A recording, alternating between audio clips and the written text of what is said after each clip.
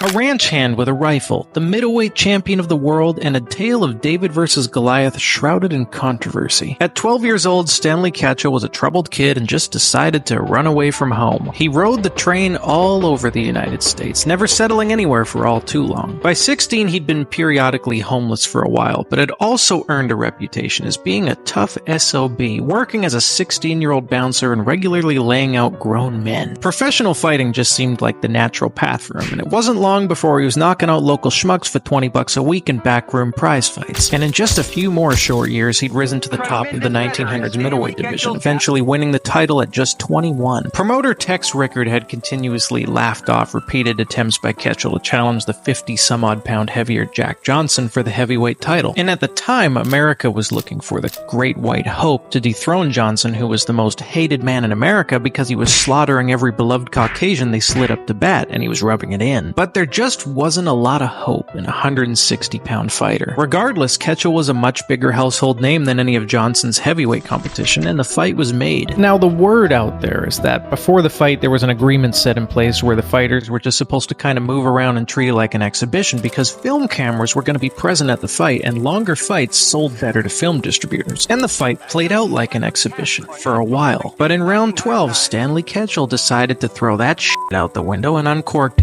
this. More buzzed than he'd been his entire championship reign, Johnson took his time to get back to his feet, dusted himself off, walked across the ring, and knocked Stanley Ketchel out cold. That's him actually brushing Ketchel's teeth out of his glove. Now, following his loss to Johnson, he kind of went on a downward spiral of booze and partying, so he decided to move into his friend's ranch to kind of rehabilitate and reinvigorate himself, get the fire back. It wasn't long before he started getting frisky with the ranch cook. Well, the ranch hand boyfriend was none too pleased, and the next morning when they all sat down for breakfast, the boyfriend pulled out his .22, and at the age of 24 and still middleweight champion of the world, Stanley Ketchel was gone.